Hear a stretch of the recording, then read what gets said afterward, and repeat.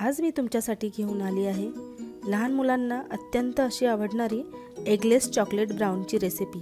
ही eggless chocolate brownie मी कढईत बनवली आहे।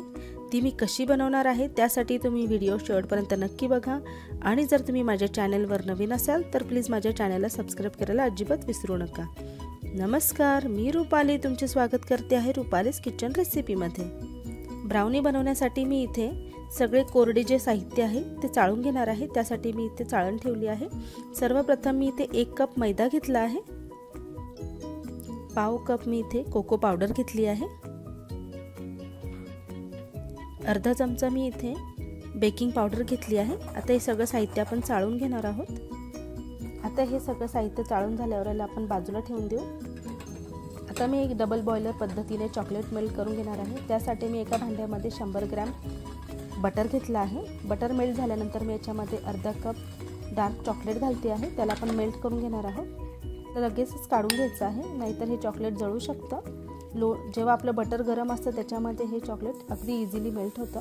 त्यानंतर मी इथे अर्धा कप साखर घातली आहे। मी इथे ब्राऊन शुगर वापरली आहे, तुम्ही रेग्युलर शुगर वापरली तरीही चालेल।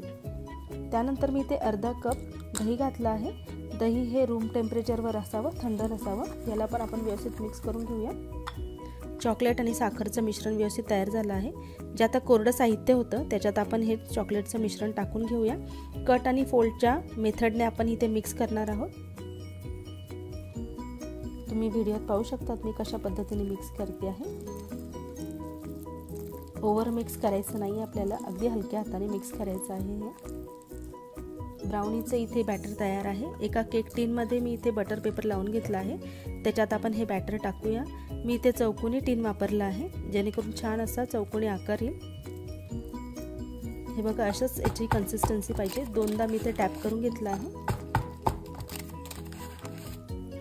मी इथे वरतून चॉकलेटचे तुकडे घालते आहे। तुम्ही इथे भाजलेले अक्रोडे घालू शकता, जेणेकरून तुमची छान अशी वॉलनट ब्राउनी तयार होईल। हे बघा, बेक करायला ठेवूया। कढई मी इथे आधीच प्रीहीट करायला ठेवली होती मीठ घालून। आता इथे 45 मिनिटं मी याला बेक करून घेणार आहे झाकण ठेवून। 45 मिनिटं झाल्यानंतर इथे आपण चेक करून घेऊया। ब्राउनी इथे छान व्यवस्थित अशी बेक झाली आहे। ब्राउनी आपल्याला पूर्ण थंड करूनच डीमोल्ड करायची आहे, जेणेकरून ती तुटणार नाही। हे बघा, किती छान असं टेक्स्चर आलं आहे, तुम्ही पाहू शकतात। किती छान अशी घरच्या घरी कढईमध्ये आपली ही ब्राउनी तयार झाली आहे। मी तुम्हाला कट करून दाखवते आहे। टेक्स्चर अगदी छान आलं आहे, जसं बाहेर मिळतात तशाच ब्राउनी इथे तयार झाली आहे। हे बघा, किती सुंदर टेक्स्चर आलं आहे। कोणी म्हणू शकत नाही की घरी बनवलेली आहे, तीही कढईमध्ये। तर तुम्ही घरी एकदा नक्की ट्राय करा। आणि तुम्हाला ही रेसिपी कशी वाटली आहे तुम्ही कमेंट करून नक्की सांगा। व्हिडिओला लाईक करा, शेअर करा।